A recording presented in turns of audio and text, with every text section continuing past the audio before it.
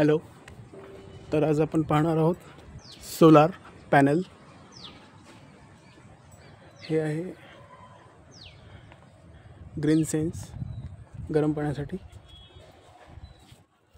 आणि solar panel आहे असं सेटअप आहे पहा. तर हा सोलार आहे 3 किलोवॅटचा. सध्या तो 14 ते 15 युनिट्स रोज प्रोड्यूस करत आहे. 2 पॅनल आहे आणि असं सिस्टम आहे. सोलार पॅनल ही 3 पद्धतीचे असतात. यामध्ये on grid system, of grid system आणि हायब्रिड सिस्टीम असे 3 प्रकार असतात. तर आपलं सोलार आहे ऑन ग्रिड सिस्टीमचं. हे आहेत वरचे याचे पॅनल, असे पॅनल्स. आणि हे आहेत तडित वाहक. वीज पडली तर यावरच पडेल. आपण खाली जाऊया.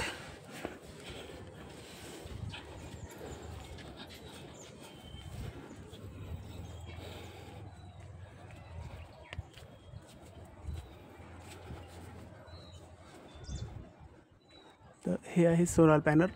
तर यामध्ये 3 प्रकार असतात: on grid system, of grid system आणि हायब्रिड सिस्टीम. तर आपल्याजवळ आहे ऑन ग्रिड सिस्टीमचं सोलार आणि हे पडलं 1,95,000 रुपयाला आणि शासनाकडून सबसिडी मिळाली 78,000 रुपये. म्हणजे 1,17,000 रुपये आपले गेले यासाठी. तर हे पॅनल जे आहे EC इंडियाचं आहे आणि रोज 14 ते 15 युनिट सध्या प्रोड्यूस होत आहे.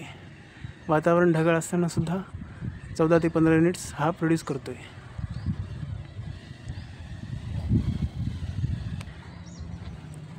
आणि याचे प्रकारसुद्धा पडतात.